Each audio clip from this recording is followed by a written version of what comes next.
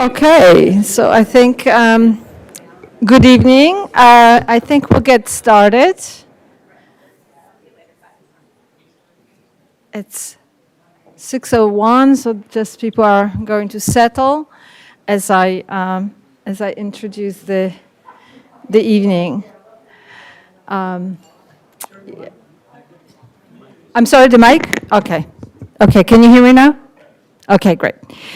So good evening, and those of you who are joining us online, perhaps also good afternoon if you are joining us from the West Coast. I'm Magda Tedder. I'm the Schwidler Chair in Judaic Studies here at Fordham University and the co-director of the Fordham Center for Jewish Studies. I am very pleased to welcome you to our first event in a four-part series titled How Did We Get Here? A deep dive into the history of Israel and Palestine with Hussein, Ibish, and David N. Myers. Today's session is titled Arabs and Jews, 1881 to 1948, and it seeks to explore the early encounter of this long and difficult history and conflict. Our speakers, Dr. Hussein Ibish and Dr. David Myers, are no strangers to Fordham. In 2017 and 2018, in this very room, we hosted them as part of what was then our In Dialogue lecture series in Jewish Studies, in which scholars in different fields discussed together a topic of common interest, approaching it from their different angles. This series then was inspired by the premise of dialogue articulated over 50 years ago in the seminal, actually nearly 60 years ago, in the seminal Declaration Nostra Aetate of the Second Vatican Council, grounded in mutual knowledge. Given this tradition, Fordham, as a Jesuit university, is ideally positioned to engage in a thoughtful and considerate discussions on the most complex topics. And over the years, we have not shied away from difficult subjects. Today, there is perhaps no more complex and fraught topic than the Israeli-Palestinian conflict. The shocking Hamas massacre in southern Israel, the scope of which is still not fully known, and the ensuing war that has left thousands dead, wounded, and emotionally scarred, has dominated news headlines and social media these past 2 months. The conflict, including its harrowing images and heartbreaking consequences, has shown a unique capacity to pull us in emotionally, to mobilize global protests, and to make so many individuals and communities, even those far from the war itself, feel vulnerable and afraid. But hashtags and emotions do not lead to a better understanding of this complex, protracted, and bloody conflict. In fact, they tend to have the opposite effect. They lead to entrenchment and confusion rather than to in-depth understanding of the conflict, its history, and the current moment. They ultimately obscure rather than promote the ultimate goal of resolution, justice, and peace. Our students, grieving and anguished by what they have been all seeing, have been gathering to pray and mourn. Just last week, the Jewish Students Organization, Muslim Student Organization, Campus Ministry, and the Interfaith Council hosted an interfaith prayer vigil for remembrance, healing, and hope. Our students have also been asking to learn more. Talking about this history feels like a minefield. Thus, Fordham Center for Jewish Studies has partnered with the Center on Religion and Culture, the Department of History, the International Studies Program, and the Middle Eastern Studies Program in order to offer a series of learning opportunities to help us understand not only the long history of the conflict, but also how specific historical events are understood often differently by those involved in it. I'm grateful to our partners for co-sponsoring this program and to our students whose curiosity, interest, and commitment to learning have motivated this program. I'm also grateful to all those who made this event happen, including the Gabelli School of Business for welcoming us into their building, and the Gabelli School of Business IT and Media team, without whom we couldn't be doing it. Many thanks to those of you in this room and to those of you joining us online, and special thanks to our two speakers, Hussein Ibish and David Myers.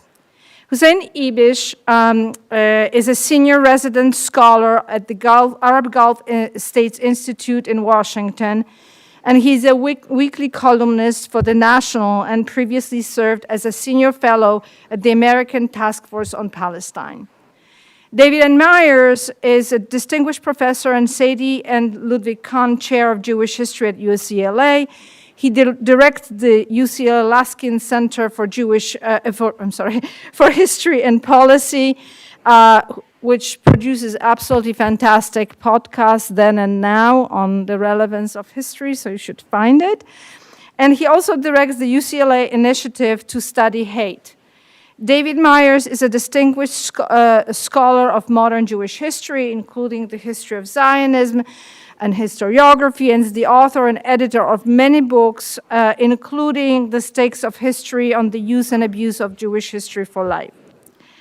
In a moment, I will hand over the stage to our speakers.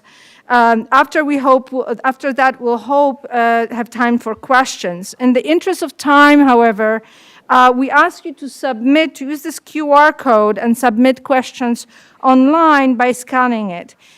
We hope to address as many of them as possible this evening.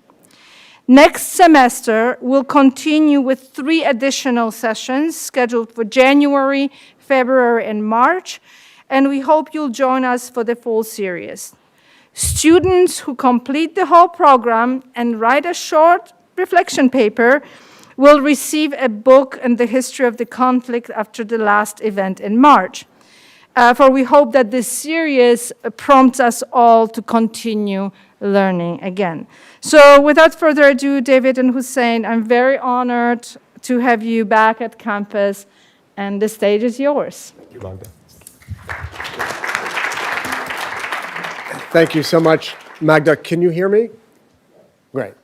So it's really a great pleasure to be with you, although the circumstances, of course, could be a bit more felicitous than they are. I'd like to begin by thanking my dear friend and colleague, Professor Magda Tetter, for her gracious invitation and hospitality, Professor Sarit Katan Gribitz for her involvement in this program, and of course Shaban for all of the work. Shaban. Yeah?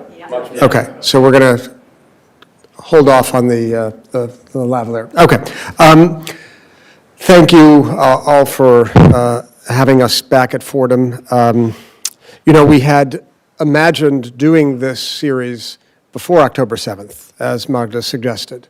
And that seemed like a very good idea. And of course, it seems like a good idea now, but in a different way. We're in the midst of such a terribly fraught time, a time of extraordinary sensitivity, as Magda suggested in her opening remarks, a period marked by the still almost unimaginable shock and horror of October 7th, compounded, of course, by the almost unimaginable devastation that has befallen Palestinians in Gaza. And one of the things that I think unites Hussein and me is our capacity to understand the horror, both of October 7th and the aftermath. I mean, I think that's going to be a hallmark of our approach, our attempt to understand the history of the conflict that we're going to divide into 4 parts with a mix of critical distance and empathy. That's sort of the balancing act that we're really striving to attain as we understand the history of Arabs and Jews, of Israelis and Palestinians, of Israel and Arab states. We're going to do that over the course of 4 sessions. We're going to try to understand the nature and depth of the enmity and hostility that are so vital to constituting this conflict. And I should just add that that very term is a contested one. That very term is contested because some would suggest that it implies or connotes a degree of symmetry in terms of power between the two sides, when in fact there is very considerable asymmetry. But I would suggest that when one looks at the history over the course of the 120 years of the conflict, one sees, first of all, just shifting dynamics, power dynamics throughout, and frequent violence, constitutive violence, that cyclical violence, that together lead me to suggest that the term conflict indeed is an appropriate one. I'm now going to yield the podium to Hussein, who's going to offer some brief opening remarks, and then we're going to jump right in with the first part of the program. Thanks, David. Yeah. I'm just going to pick up where David left off, and thank you, Magda and Fordham, for bringing us back here. This couldn't be more urgent because, as David said, this is a conflict, and a continuous one that's been going on for either 100 or 120 years, perhaps even longer, depending on how you were to trace it. Wouldn't be much more than that.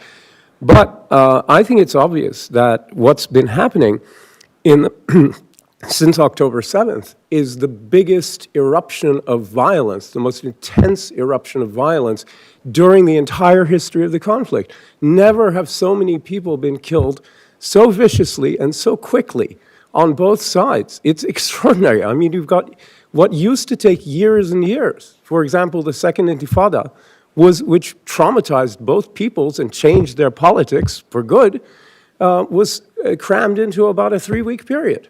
And now we've gone way past that, which is really extraordinary. So this, to understand what's happening now, I think we really do have to unpack the narratives. I mean, how do these people see each other? The Palestinians who poured over the Gaza border are not just any Palestinians. The population of Gaza are 95% refugees. And they're not refugees from anywhere in Israel. They're refugees from exactly the areas that they attacked. In other words, when they attacked those very peaceful, very liberal, very pro-peace communities in southern Israel, what they saw was not peace-minded Israelis, but rather the people who took their homes, or the homes of their grandparents and parents. The rage is more than ideological, more than religious. It's personal in a way that it usually isn't. And I think you can tell from the Israeli response that there's a visceral reaction here. The human animals, the human scum, they're all responsible. There are no civilians on the other side. We hear this kind of iteration a great deal. So to unpack that, I think we need to look at how the narratives informed this degree of dehumanization that we're dealing with, that's informing this worst part of a very long-running conflict. And I think that's what we want to try to achieve today. And our messaging will take us through to 1948, and we'll see at that point the two great fears being revisited now. Dead Israelis in the street, dead Jews, killed because they were Jews, right? On the one hand. And then in Gaza today, the sight of hundreds of thousands of people putting whatever they have on their backs and running from one place to another is the most iconic Palestinian image you can imagine. Grab what you can and run. And that's sort of the Nakba. It's the image of the Nakba versus the image of the Holocaust, basically. And I think it's really important that we peel this onion apart really carefully. So in just a minute, we're going to jump right in, but I forgot to put up this slide, which captures what Hussein just spoke about. And I want to just name in perhaps more precise terms what Hussein was just talking about. The persistence of intergenerational trauma and the intersection of huge collective traumas that stand at the center of two peoples, This is in no small part an essential frame for the conversation we're about to have and to an understanding of what is taking place today. All right, so tonight what we plan to do is go back in time, about 140 years in time, and begin our story with the advent of the Zionist movement, which I'll begin in just a minute. We then want to make our way up to another key moment in the history of the relationship between Jews and Arabs in Palestine. And tonight's presentation will begin in 1882 and end in 1948, that seminal year in the history of the relationship and the conflict. So these are the three key moments that we'll be covering tonight. In thinking of the origins of the relationship and conflict between Jews and Arabs, one has to begin with a discussion of the Zionist movement, understood by its participants as the movement for Jewish national liberation.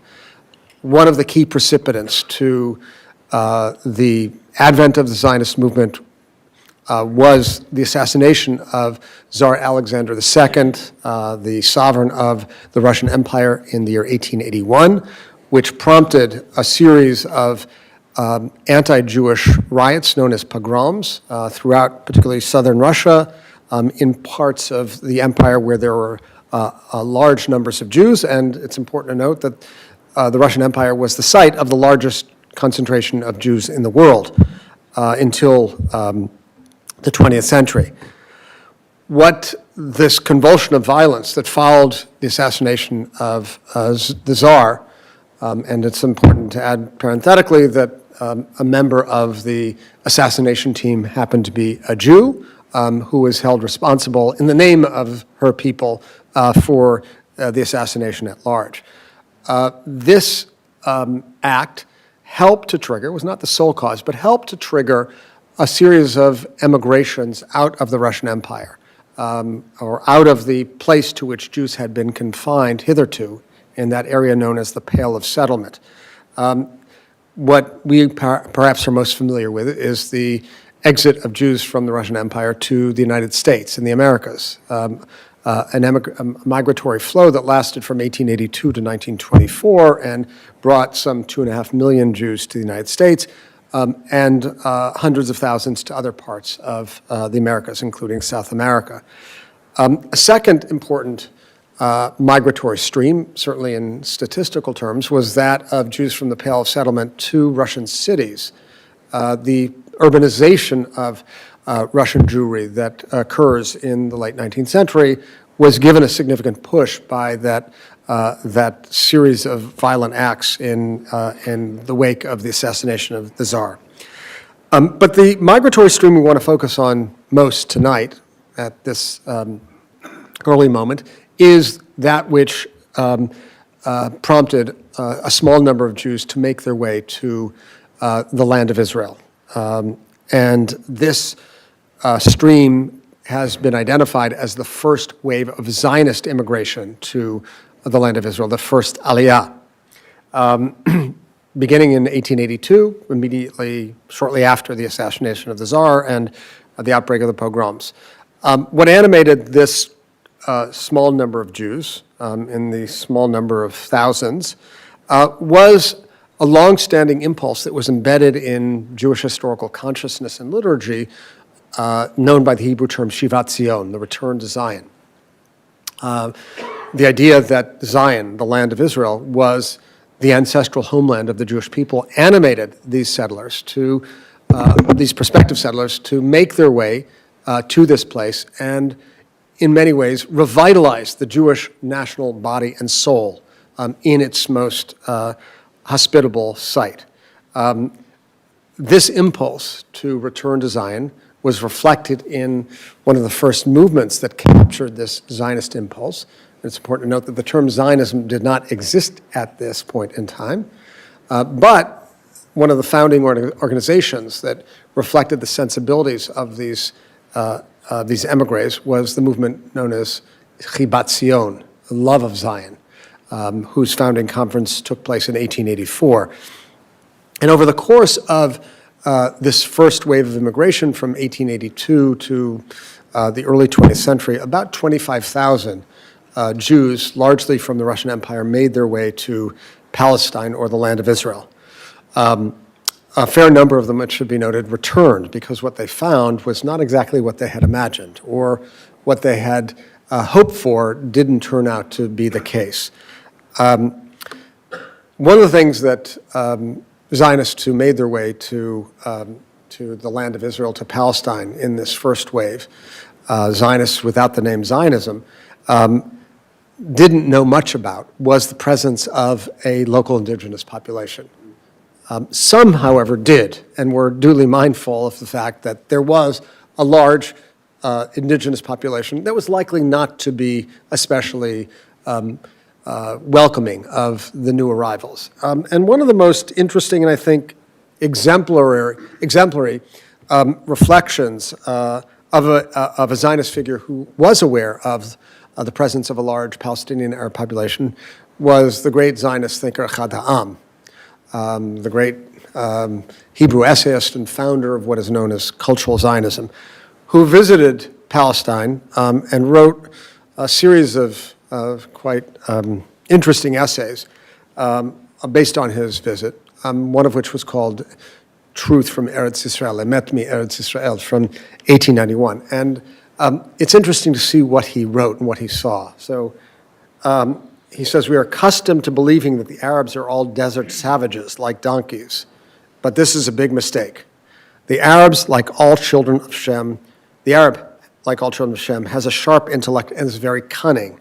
The Arabs, and especially those in the cities, understand our deeds and our desires in Eretz Israel, but they keep quiet and pretend not to understand. Yet they mock us in their hearts. So one of the things that this reveals is, I think, a very characteristic European colonial Orientalist attitude towards the indigenous population of Palestine. Not at all atypical of a European visitor. But what's important to note is that Ahad Ha'am is aware that there is a local Palestinian Arab population. And it is something that settlers to the land of Israel, Jewish settlers coming from Europe, are not going to be able to ignore. They're going to have to contend with it. That view, I'm not exactly sure what happened here.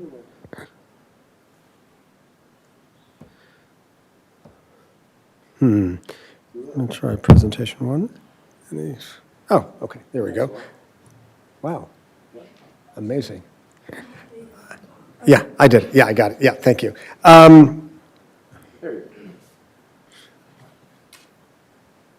Okay, I can't see here, but that's okay.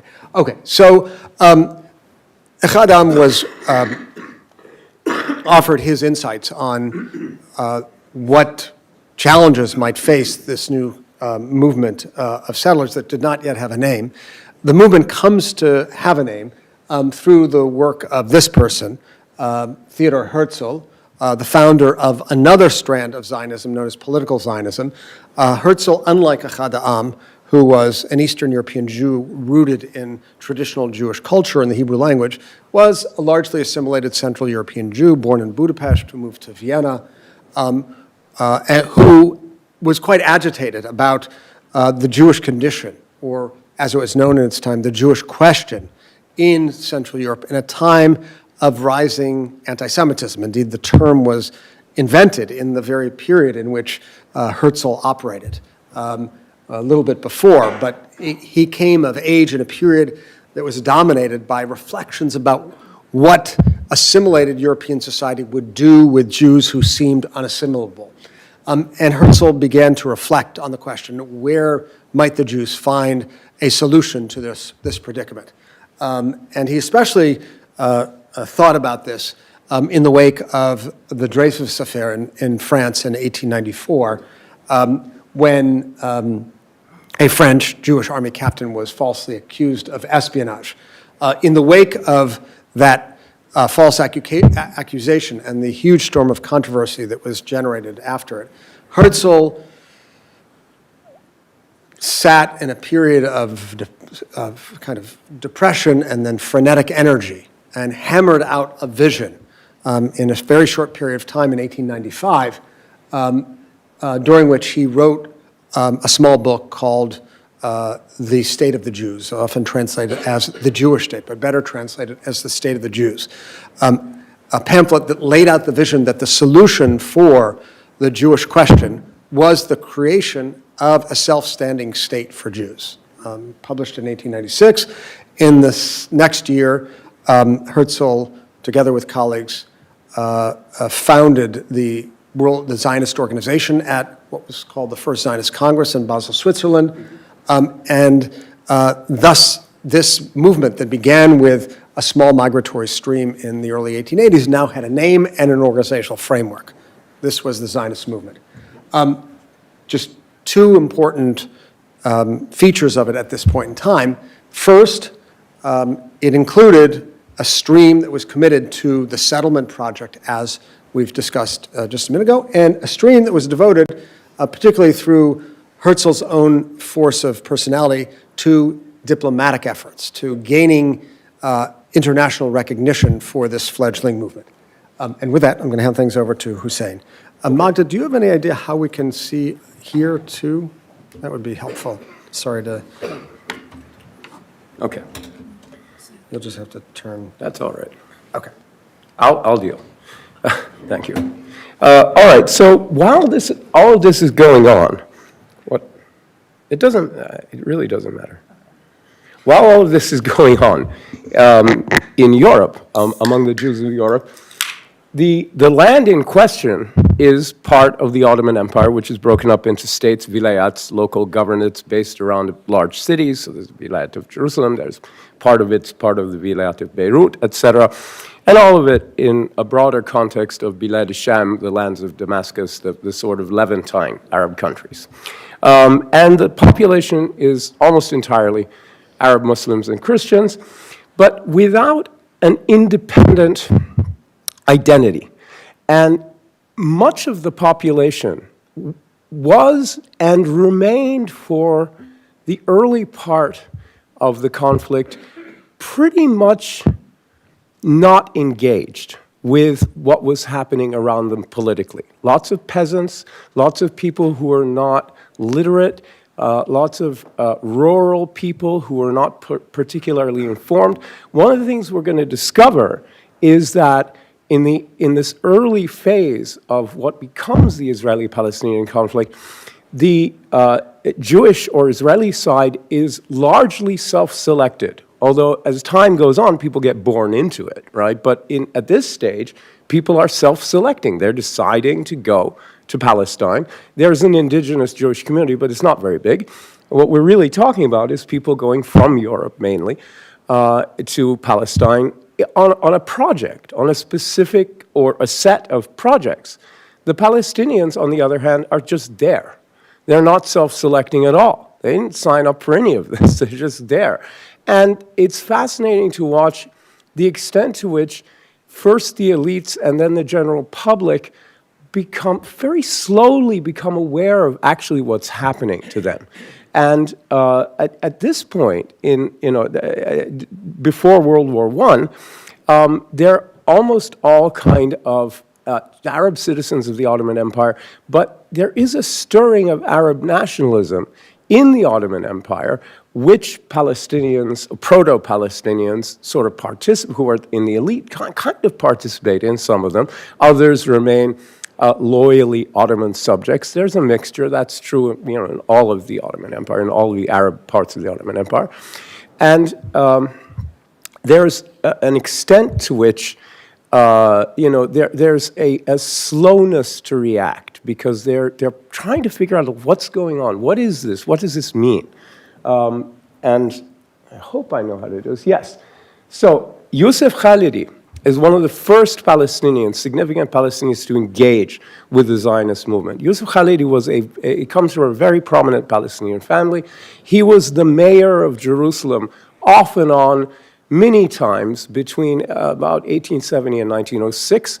He was a Palestinian delegate to the Ottoman Parliament, and he was heavily engaged in Ottoman politics. And I'll tell you how he identified. He identified as a Palestinian in terms of his country and an Ottoman in terms of his state. So do with that what you will. The importance of Khalidi is that he undertook to write to Herzl, and his letter actually reached Herzl's secretary and was then passed on to Herzl in French. And what Khalidi said was, in a nutshell, I understand your project, I understand your claims. Your claims are based in history, they're legitimate, but you have to understand there's a people here, there is a culture here, we're not going to be able to reconcile your aims and our realities. And there's a famous line in this letter, for God's sake, leave Palestine alone. And that, of course, did not happen. But I think he got the gist of what was coming rather early. And Herzl wrote back to him basically saying nothing doing, just to put no finer point on it. What ends up happening is that, you're going to do this part, right? Oh, you want? Okay. What ends up happening is that after a lot of negotiating between different parties, negotiating with the Ottoman Empire, which Herzl didn't really get anywhere, mainly because Palestinians and others were agitating against it, negotiating with Germany, with Imperial Germany, and getting somewhere. But finally, the big breakthrough with Britain was the Balfour Declaration, which we'll get to. The British kind of made taking over Palestine an important part for both strategic and cultural reasons of their campaign in World War I. And they overran the Ottomans in a very complicated way, and ultimately entered Jerusalem after the Battle of Jerusalem in December of 1917. General Allenby, who was the conqueror essentially, got off of his horse and walked humbly, in the footsteps of Jesus, whatever, that kind of thing, into Jerusalem and took firm control.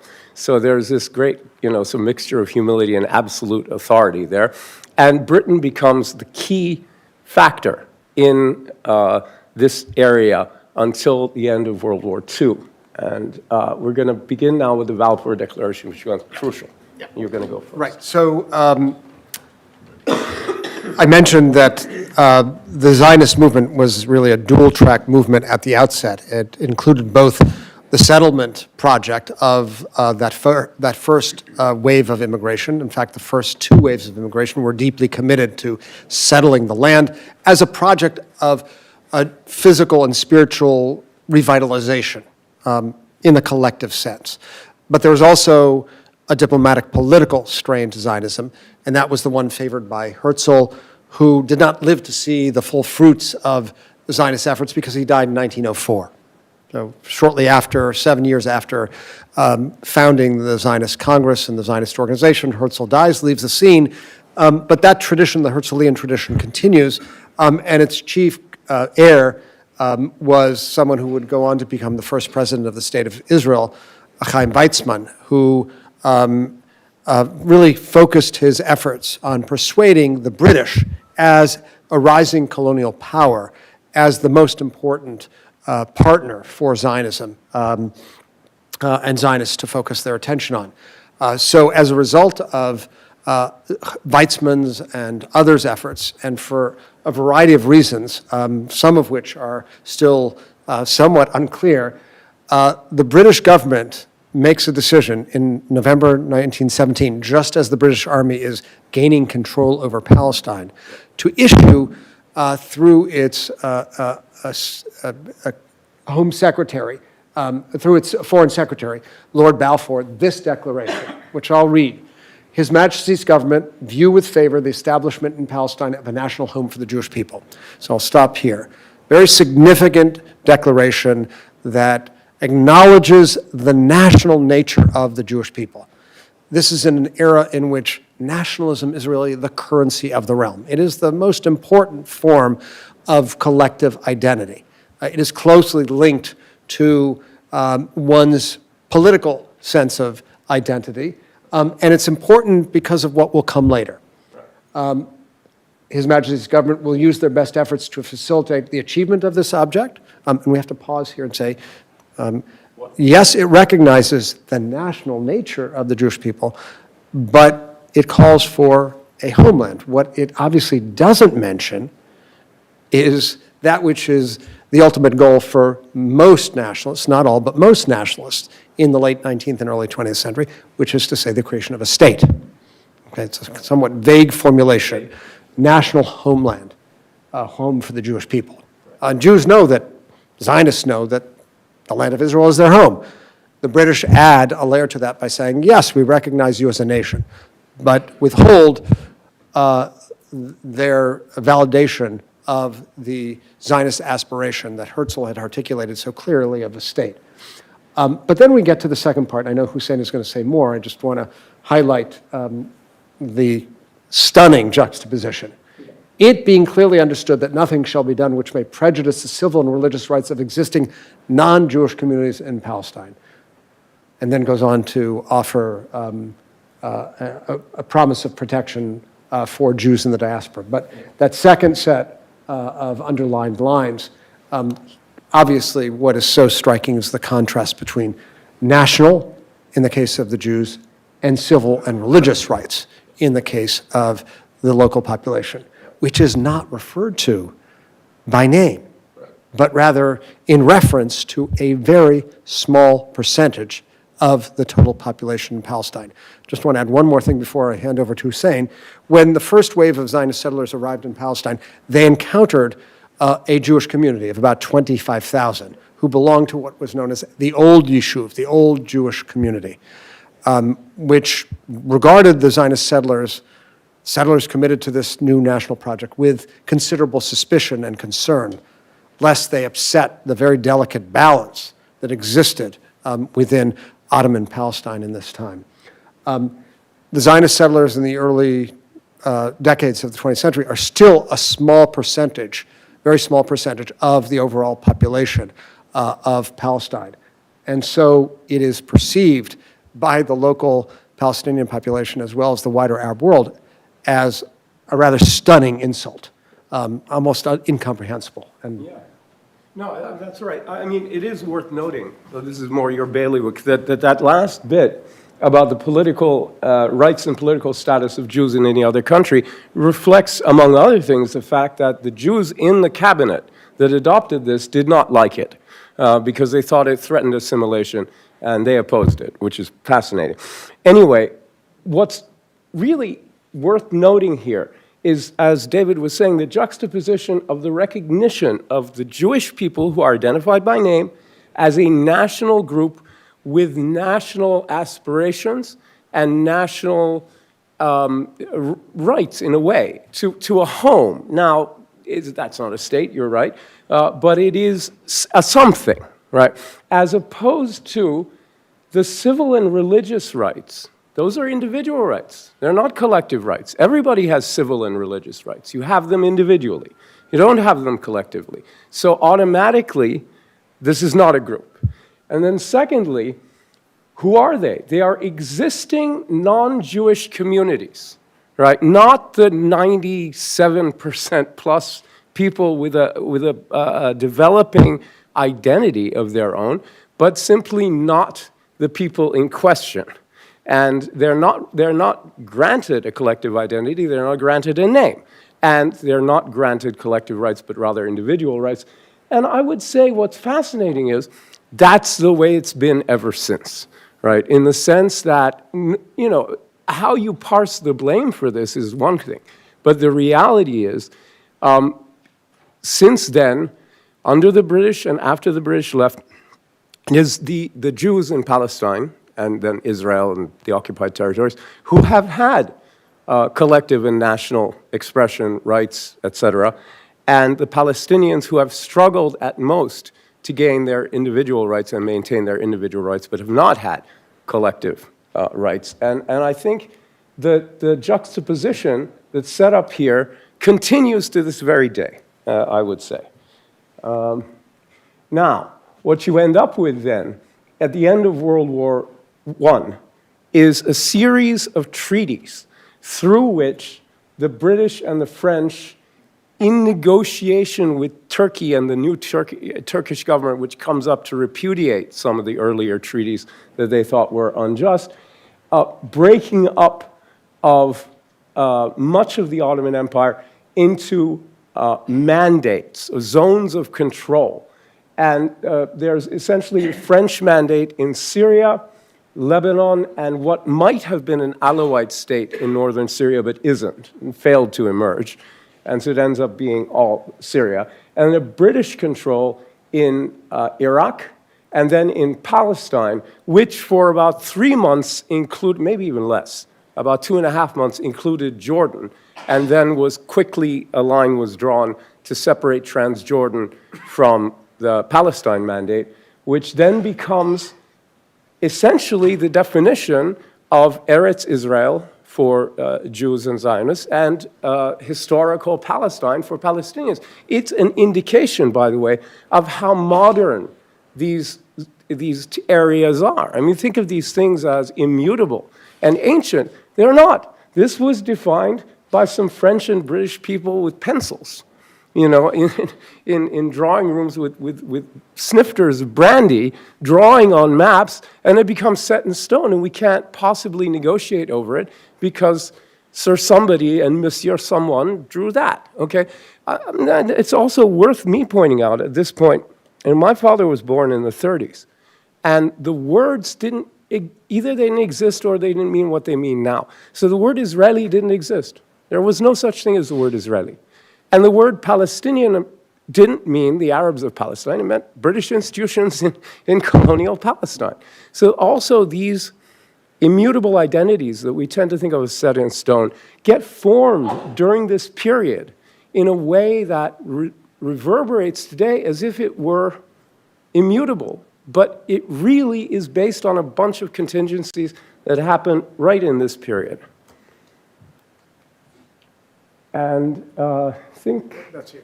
Yeah, all right. So the British mandate over Palestine, which is a UN agreement, League of Nations, excuse me. A League of Nations mandate sort of authorizing Britain to have sovereignty for a limited period of time over Palestine, contains this language drawn from the Balfour Declaration about the establishment in Palestine of a national home for the Jewish people, and then a reiteration of this gobbledygook about the civil and religious rights of everybody who isn't Jewish, meaning almost everybody in the country, and protection for Jews elsewhere. What's significant is two things. First of all, that the language of Balfour gets implanted wholesale into the warrant for the British from the League of Nations to exercise this in the context of their sort of colonial role in mandatory Palestine. But at the same time, what we don't have here is the normal preamble in all of the mandatory instruments, all of them that the League of Nations gave out at the time, which says that the point of all these mandates is to prepare the local population for self-government and to do absolutely nothing to change the country and to alter and what have you. So uniquely, the League of Nations in Palestine gave Britain two absolutely contradictory jobs: to just prepare the people who are there now for self-government and not to do anything to play around with it, and then at the same time to create this national home for the Jewish people who are almost entirely somewhere else. And as you can see, there's quite a dissonance between those two things. Okay, we're going to pause for a minute here and engage in a bit of a terminological exercise, something that we're going to do in each of the 4 presentations that we offer. That is to say, we're going to focus on a term of controversy, of contestation that has emerged in recent years. And I want to begin by talking about settler colonialism. So think back to those 2 strands of Zionism that we mentioned. We have 15 minutes. Yeah, think back to those 2 strands of Zionism that we mentioned, one of which is the settlement project. And I think it's indisputably the case that Zionists came with the intent of settling the land. The land had a large indigenous population, and what they encountered was decidedly not what some Zionists said, which is to say, a land without a people for a people without a land. It was a land with a people for a people in search of a land. Zionists called their efforts colonization, In fact, there was an organization that was established in the early 20th century called the Palestine Jewish Colonization Association. There was a struggle that Zionists engaged in with the local population over the land. It's one of the telltale features of a colonization project. In 1948, we know that in the conflict that we'll end up with discussing today, there was a desire by the Zionist leadership, those who would become the leaders of the State of Israel, to gain as much territory as possible with as small a population of Palestinian Arabs. And I would say that in thinking of settler colonialism, it's important to know where the settlement movement after 1967 fits into the picture, which seems to have intensified the desire to colonize or gain control over as much land as possible with as small a Palestinian population as possible. So I think these are all factors that, sort of argue in favor of the relevance of the term settler colonialism. This is a term that was introduced to distinguish that form of colonialism from what might be called metropole colonialism, which was devoted to the extraction of resources. Settler colonialism was devoted to, as one of its leading scholars, Patrick Wolf, would say, the elimination of indigenous populations. Belgium and Congo. Yeah. So there are a couple things to talk about in sort of arguing against the relevance of this term. First of all, do Jews constitute a foreign presence in the land of Israel? Well, Zionists, and I would say arguably, not arguably, I say many Jews, prior to the advent of the Zionist movement, saw the land of Israel, Palestine, as the ancestral homeland. They had deep bonds, emotional bonds to it, and believed that it was the site of their ultimate redemption. And in that sense, regarded themselves, although displaced for centuries and millennia, as indigenous in some sense. Were they a colonial force? They certainly did not represent, in a direct way, a European colonial power. It could be argued that the British intended them to be colonial agents, and that's why we have the Balfour Declaration, but not in the same sense of a direct agent of a colonial power. And here's what I think is most important in arguing against the relevance of this term. So I think there are factors that argue in favor and argue against. And that is that the reduction of Zionism to an ideology of either elimination or control over the land ignores the fact that Zionism was also really an ideology of survival, an ideology of escape, an ideology that offered a solution to the Jewish question as Herzl understood it. As one colleague has called it, an ideology of exitism. And in that regard, I think it's important to say that Zionist settlers faced a degree of peril that many other settler colonialists did not in their home countries. So we can see the balance here, and I know Hussein wants to say. Yeah, just a couple quick things. I think this is all absolutely correct. I agree with every bit of it. But I would also add that Palestinians have no doubt that that they've experienced a latter-day colonization, particularly because of the occupation. Right? That I think for Palestinians, you could really have a serious argument, a heartfelt argument about 1948, which they see as dispossession and exile, and yet you could have a really interesting comment. But where it breaks down for Palestinians is two things. Number one, the occupied territories and the settlement movement and the drive towards annexation. And I think people would say that, you know, the savagery of October 7 looks like something from another world. But if you go back to human existence between, say, 1850 and 1960, you saw this all the time, from this kind of savagery from colonized peoples who suddenly rose up, whether it's the Indian Mutiny in 1857, the idea was to kill every European in India, or the Mau Mau, the Boxer Rebellion in China, the idea to kill every European and every Chinese Christian, and even up until the FLN, in Algeria. Began the big war with a horrendous massacre in the mountains of Algeria.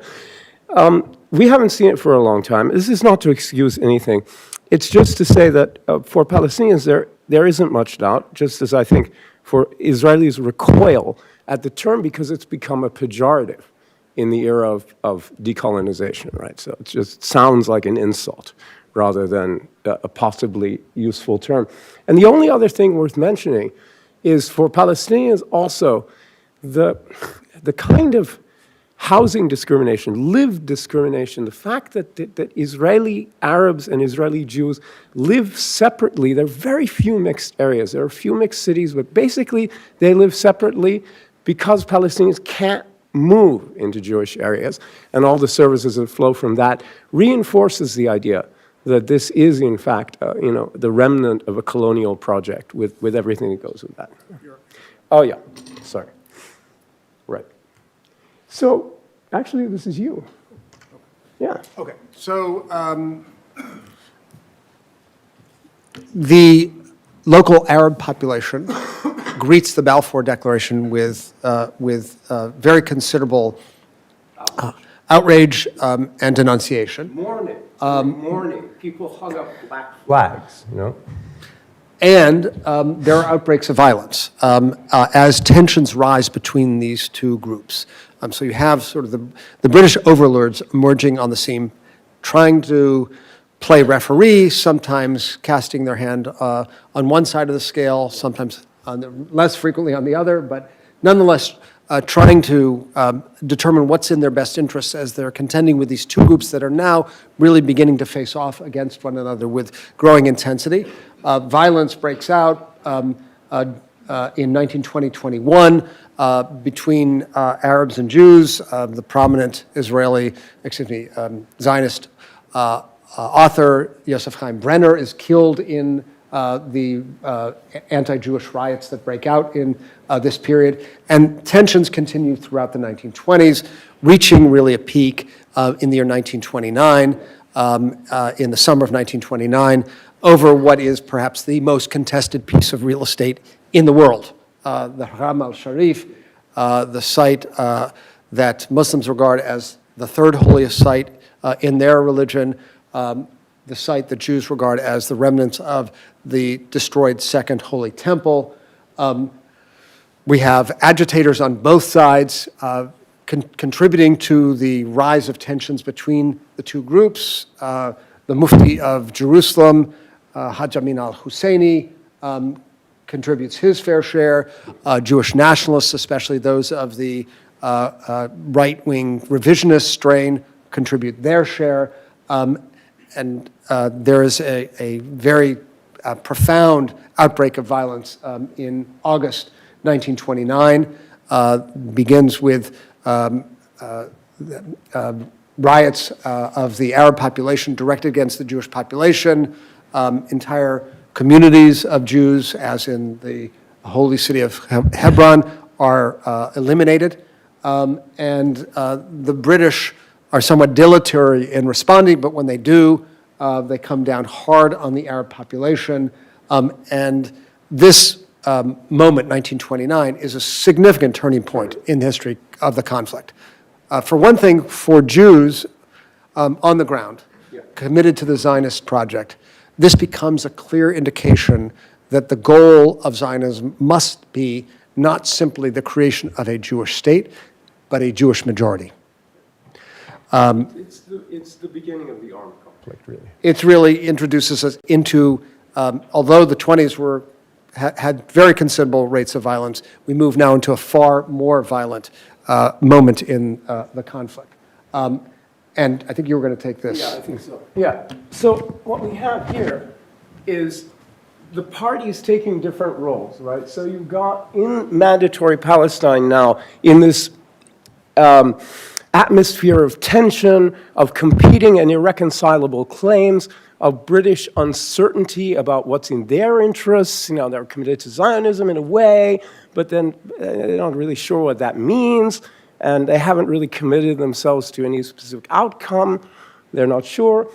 The British look at this as an opportunity to expand their empire and assert their interests in the Middle East, but I think it backfires on them rather badly, and they end up, as they did in many parts of the world, biting off much more than they could chew, especially once they got involved in World War II. The Arabs in Palestine, seeing the colonial usurpation of their land with Jews as the vanguard and really by Jews, and starting to realize two things. First of all, that this really is a concerted project that's not a pipe dream at all, but that has every chance of success. And they're amazed by that. And they don't quite know what to do about it because they're not ready for it. It just is happening around them, to them. And as they're understanding it, it's happening. They're not ready for it at all.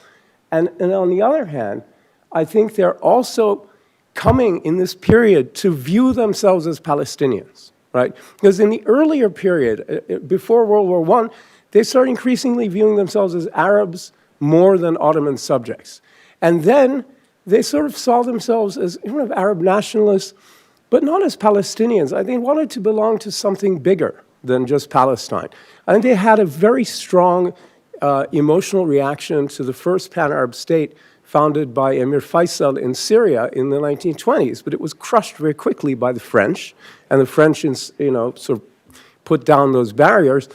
And I think by the mid-20s, the Palestinians the Arabs in Palestine started to realize they're on their own. They're not going to get help from anybody else.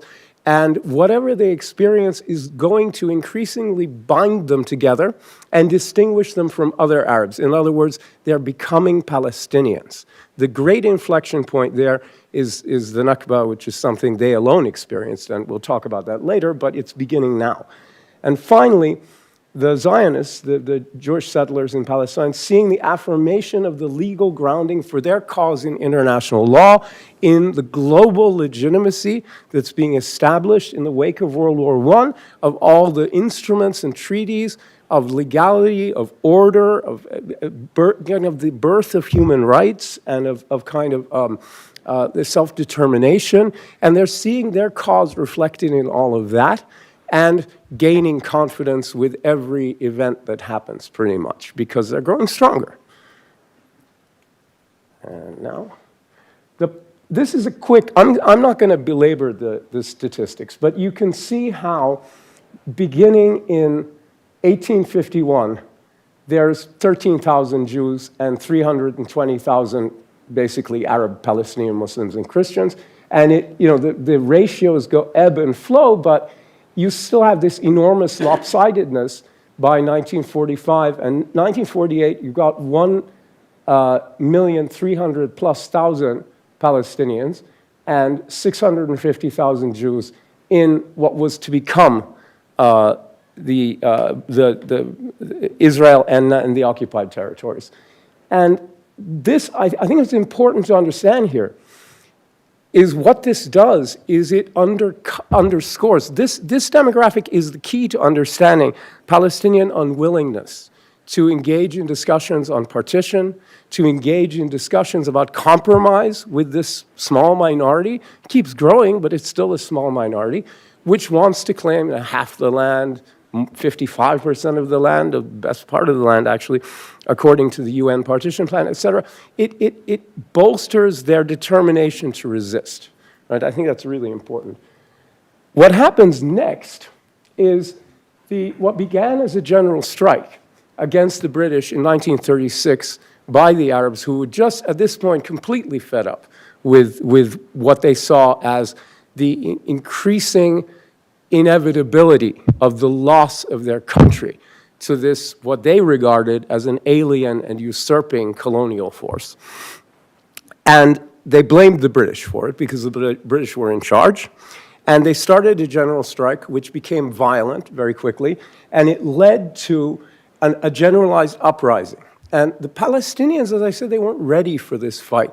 And what they did was they did an uprising against the British, which was both too little, too late to stop what was happening, and it was also too much, too soon to actually be useful. So what it ended up doing was destroying their burgeoning national movement before it had to really come into play after World War II. You had 5,000 Palestinians killed, 10,000 wounded, 6,000 detained. Almost all the major Palestinian leaders were either killed, imprisoned, or exiled to Madagascar and places like that. Their burgeoning little national institutions were broken up. Their militias were destroyed. The British worked in concert with Jewish militias to achieve this. And the Palestinian national movement emerged from this war with the British, totally decimated. Its leadership gone, its men killed or captured, its weapons seized. The Jewish groups came out stronger than ever and are working mostly in league with the British at this point. And it really sets up a bad situation for the Arabs of Palestine. However, you do have the Peel Commission, which reflects the failing mandate, which starts to talk about partition and puts that into play. And then the MacDonald White Paper, which committed the British to limiting Jewish immigration to Palestine. But actually they committed to limiting it, but if you look at the statistics, it never really slowed down in practice. I'm not saying they didn't want to try. I'm saying they didn't succeed, if they did. Okay, as we move into the 1940s, we see not only the intensification of tensions between Jews and Arabs on the ground, but we see an increasingly dire predicament for Jews in Europe. This is Adolf Hitler assumes power in 1933. The Second World War begins in September 1939. The situation that Jews face in Europe is exceptionally dire, which adds a degree of existential urgency to the Zionist cause. Zionists come to understand that they too must somehow, they must include in their efforts the possibility of offering a place of refuge to the Jews of Europe. It's a very large question about how much the Zionist movement actually did to contribute to that, but that certainly was part of the rhetoric and the sensibility of many Zionists. So you have these two sources of tension, the internal tensions within Palestine and the increasing sense of urgency weighing upon the Zionist movement, which helps us understand why the 40s are such an intense period.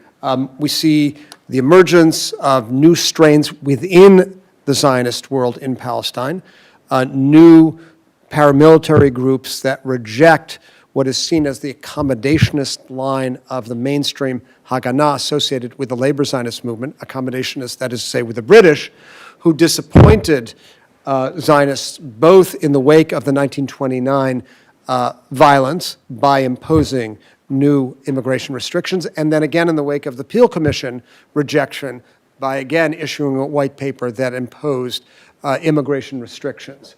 The new paramilitary groups that emerge within the Zionist world in Palestine reject the putative accommodation of the Haganah, of sort of the mainstream group associated with the labor Zionist movement, and undertake acts of violence against the Arab population, against their political opponents within the Jewish world, and against British and other international officials through acts of assassination.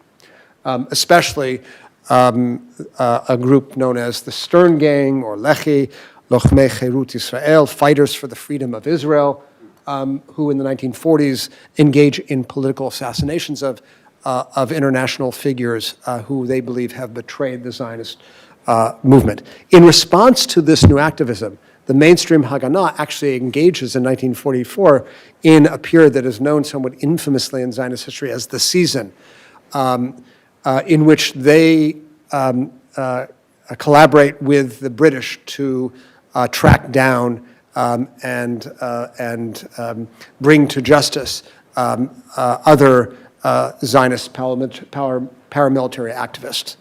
One of the groups that rejects the accommodationist line of the Haganah, other than the Lehi game, much more central and important to Zionist history, the National Military Organization, with which Menachem Begin was very closely identified, the Irgun Tzvai Leumi, actually blows up the military and administrative headquarters of the British Mandate at the King David Hotel in the summer of 1946, delivering a very powerful blow to the British, who by this point had really wearied of the violence amongst all of the parties in this very complicated triangle, and which perhaps prompted the British, certainly lent new energy to the British desire to exit Palestine as the administrative overlord and to surrender authority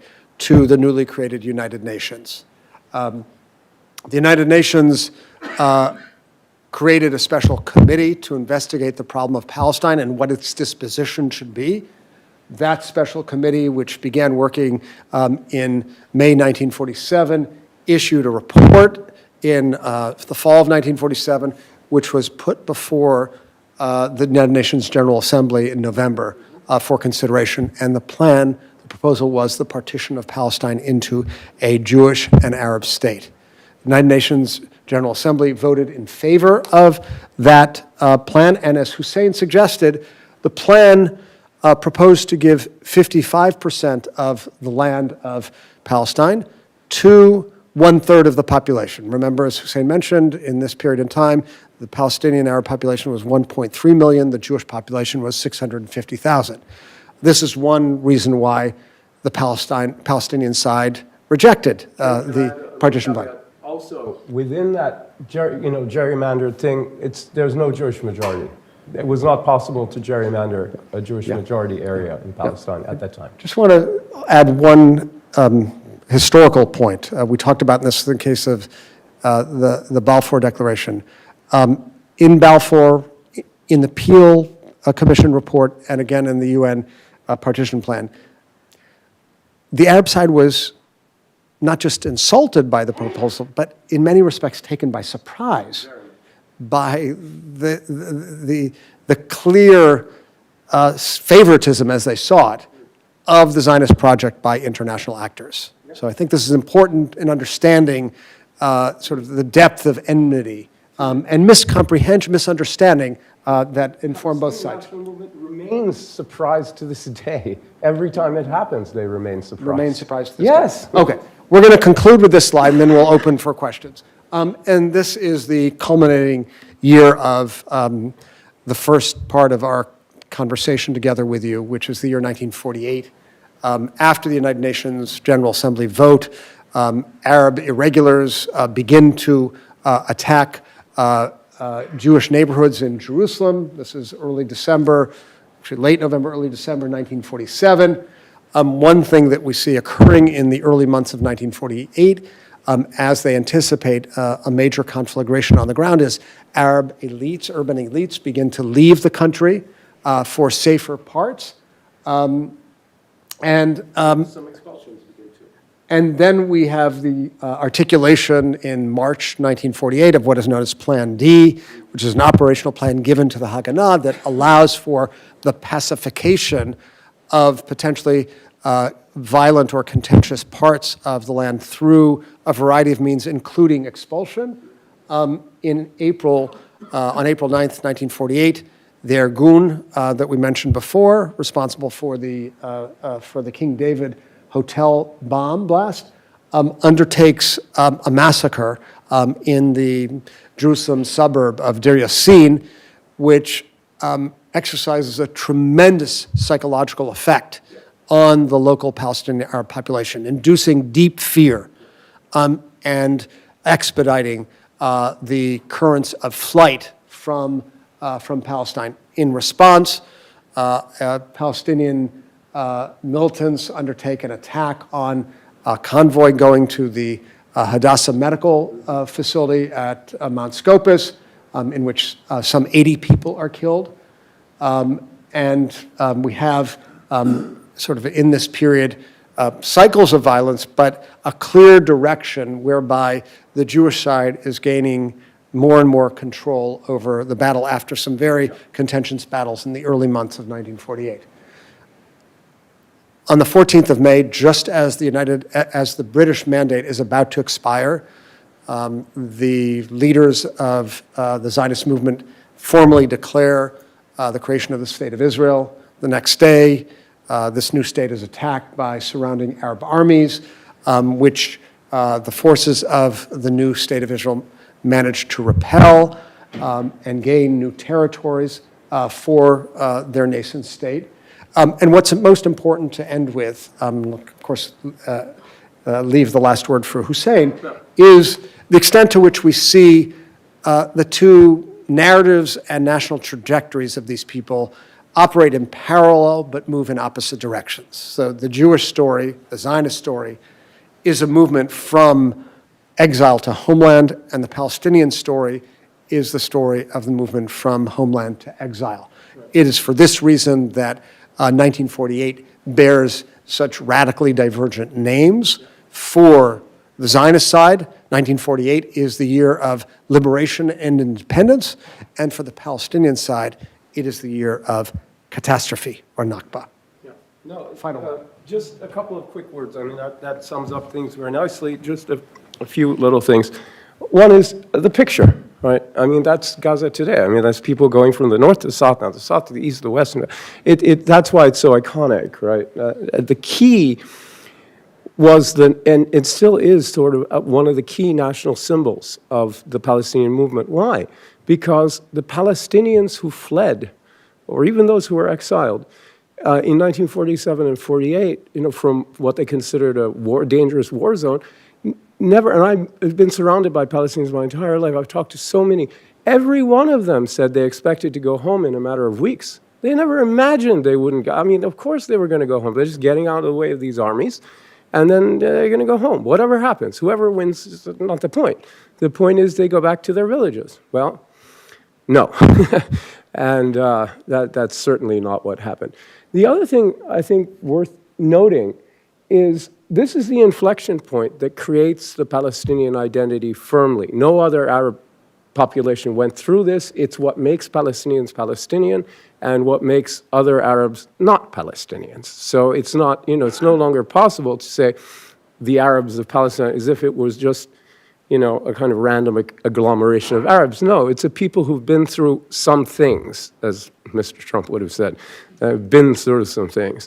And the last thing I'll say is the Nakba doesn't simply mean that the majority of the 80% of the Arabs who lived in what became the State of Israel were displaced permanently.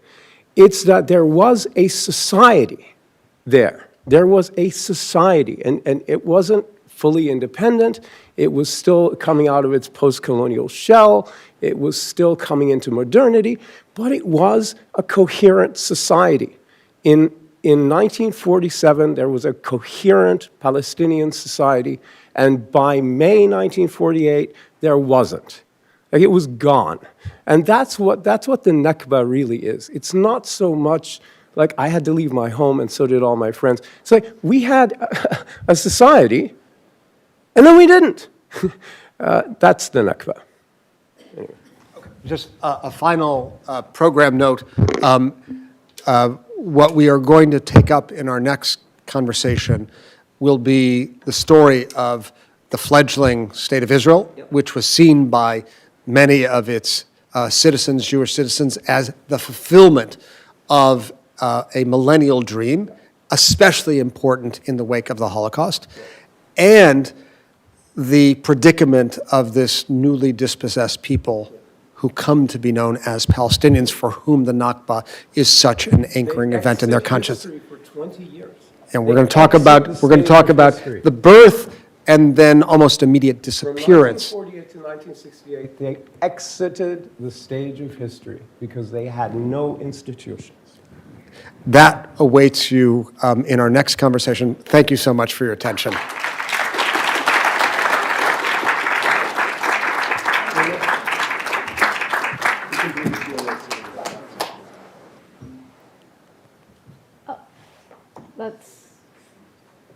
We can move on. Okay. There's a timeline, Okay. and we had some final questions, but Well, we can incorporate. Okay. yeah. Okay, so we do have some questions through that, so I'm going to field them as they come in. Given the complex history that deals with the British colonial politics, the existing populations, the populations that are coming, the question is about the term colonial settler colonialism, whether it you complicated it, but whether it does in fact apply to Israel as it is now. And a follow-up to that is, given how polarizing some of those terms are, whether it is applicable and whether there are other ways to discuss the history and the reality. Yeah. I have a couple of thoughts about that, if I might. I mean, one is, look, when you talk about, the problem with discussing anything about Israel is, are you talking about Israel as it is internationally accepted in its pre-1967 borders?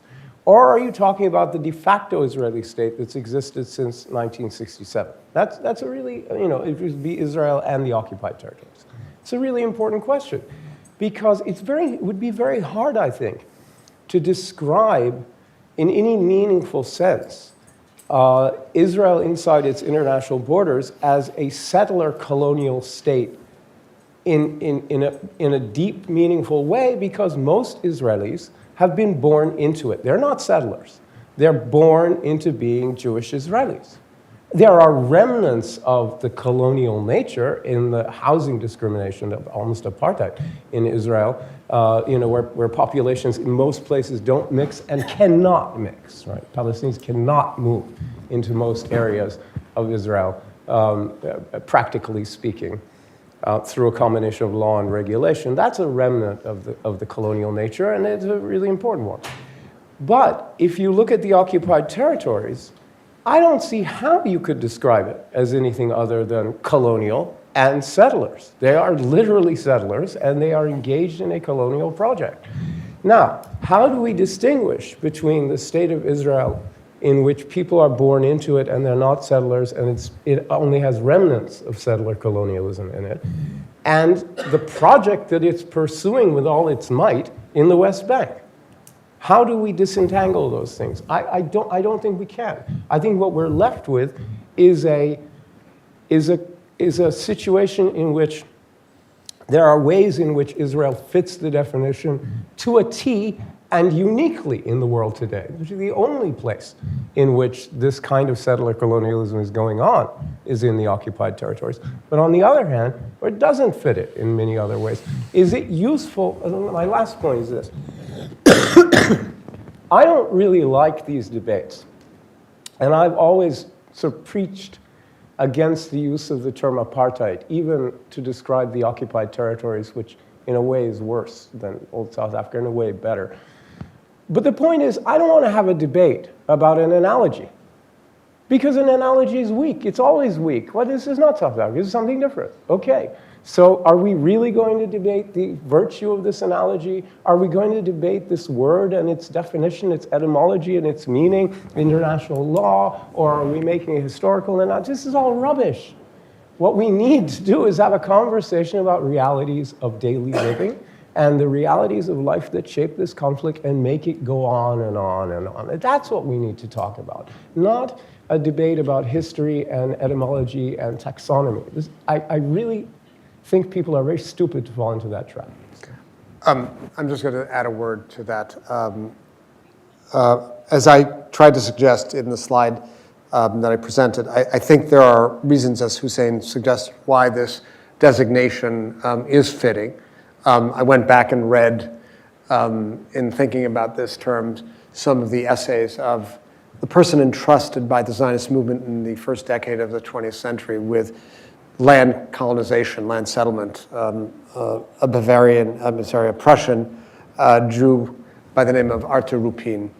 And he refers to, in his various languages that I read him in, he refers to the communities established as colonies, He refers to the project as colonization.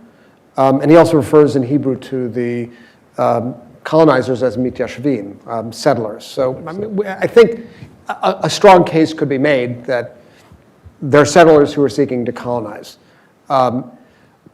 What I think the danger is the formulaic and one-dimensional nature and the imputation of a single mission or goal to settler colonialism, all forms of settler colonialism. Right. And that is the project of eliminationism. The project of eliminationism.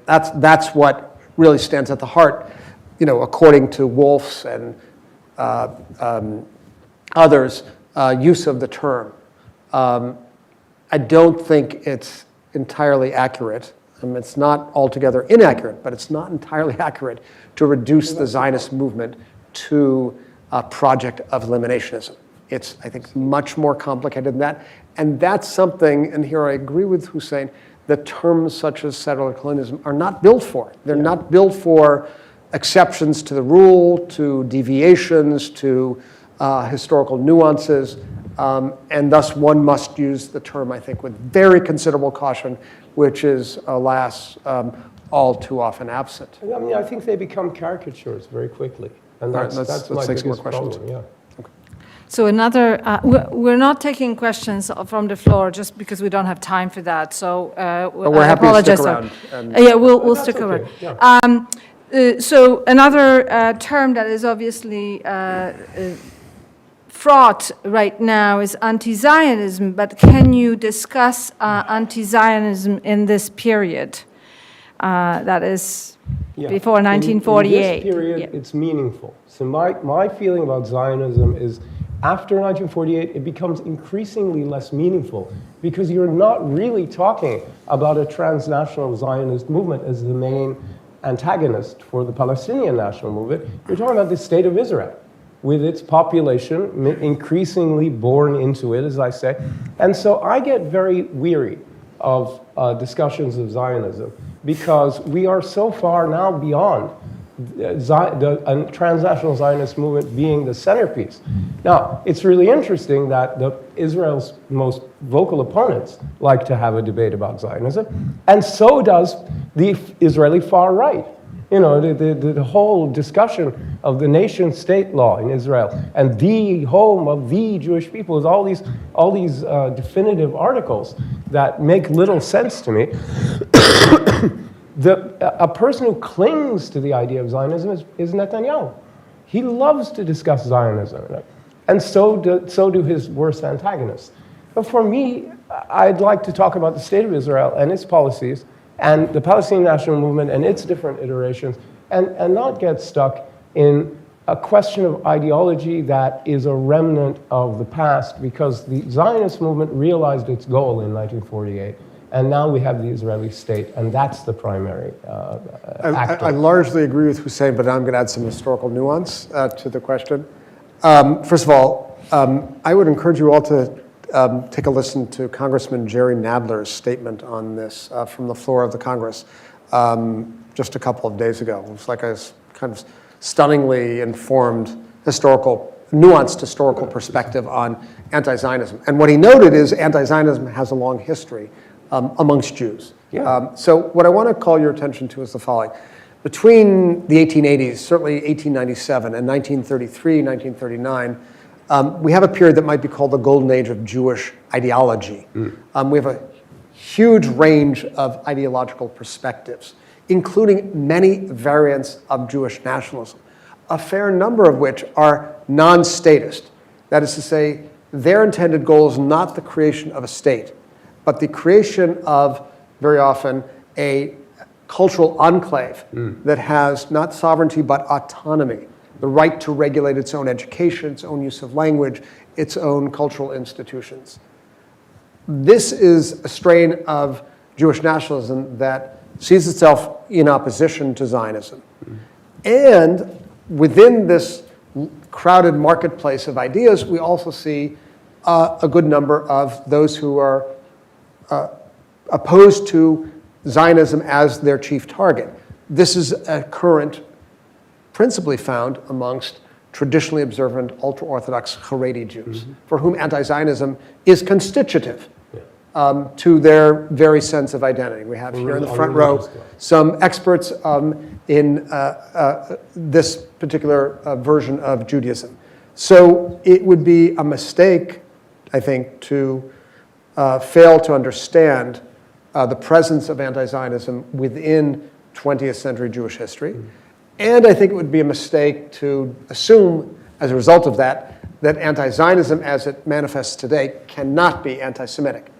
It can be. It can be. It needn't be, but it can be. And that's really the subject for a whole other lecture. One thing worth pointing out as an addendum is anyone who is categorically anti-nationalism is also going to be anti-Zionist. And there are people who just do not like nationalism in any form and therefore object to Zionism, who are not being anti-Semitic at all. They're equal opportunity rejectors.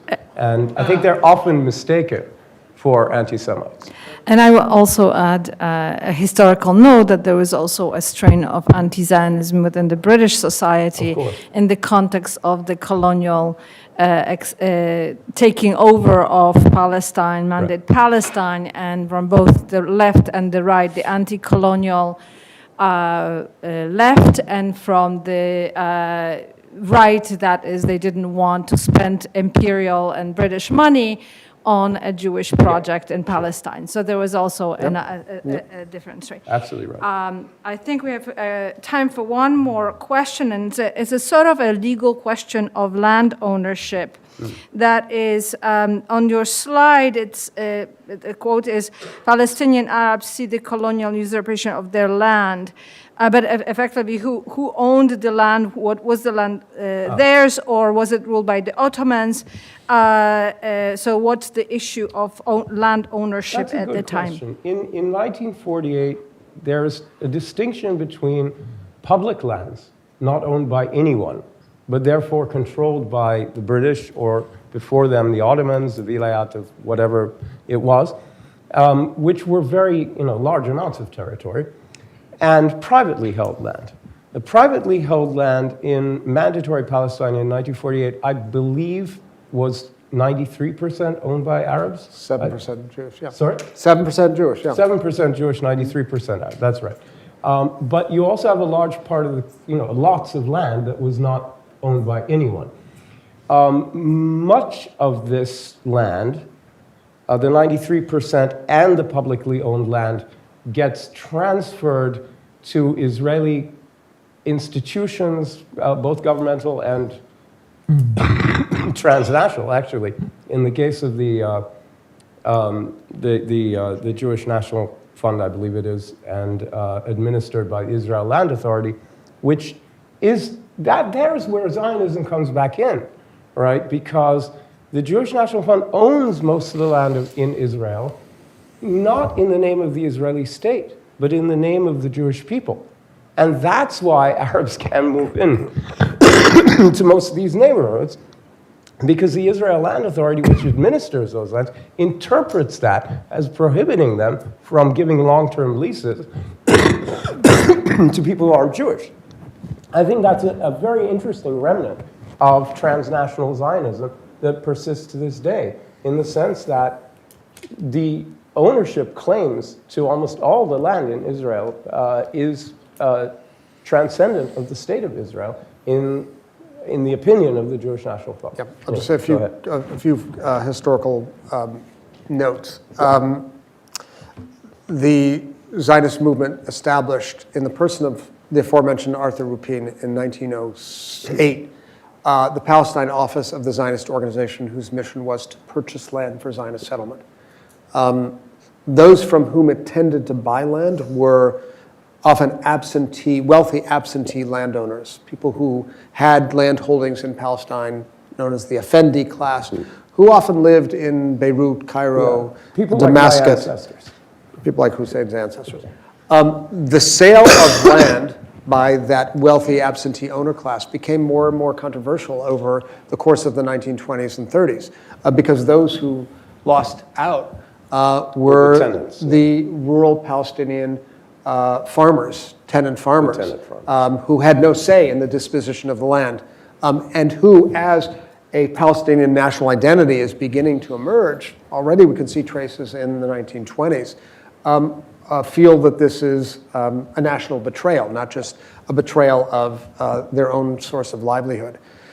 So it's important to recognize that dynamic and the centrality of the Zionist project of purchasing land to settle and gain control over land and to engage in the work of rehabilitation of the Jewish national body as they saw it. Just a final note about what Hussein was mentioning. Indeed, in the wake of the 1948 war, the Knesset, the Israeli parliament, passes a number of laws that essentially allow for the transfer of property on which there is no resident population to the control of the state. Absentee property laws and the creation of a custodianship to regulate that land. And that entails the absorption of thousands and thousands of dunams of Palestinian land into state holdings. The state, together with the Jewish National Fund, established in the first decade of the 20th century, whose charter says its mission is to ensure control of land in the name of the Jewish people, is JNF and the state land comprised until recent years of something like 95, 93% of all land in the state. That's begun to change over the last 20 years or so, but still a very large percentage of the land of the state is controlled by those institutions, the state and the JNF. This is part of the reason why, if you're a Palestinian citizen of Israel, it's hard to grow your household in physical terms by expanding your property holdings or even building.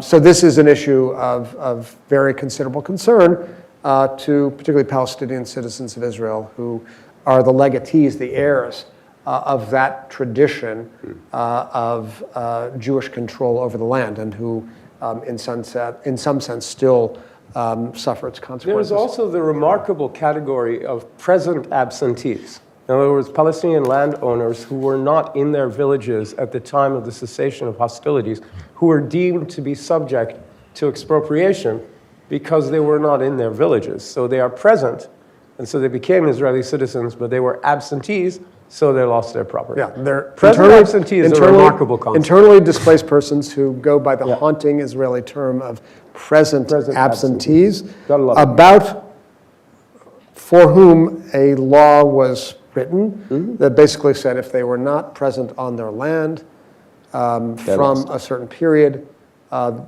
only would they not be entitled to return to it, but they would not be entitled to receive citizenship. This was the nationality law of 1952. Anyway, this takes us a bit far afield, but what is important to note, I think, is that land and ownership of it are really essential features of the conflict. Little details like that still burn in the Palestinian narrative. That's the present absentee thing galls, I have to say. To an Israeli point of view, it probably sounds like a weird footnote, but from a Palestinian narrative, it's like a burning ember in the foot.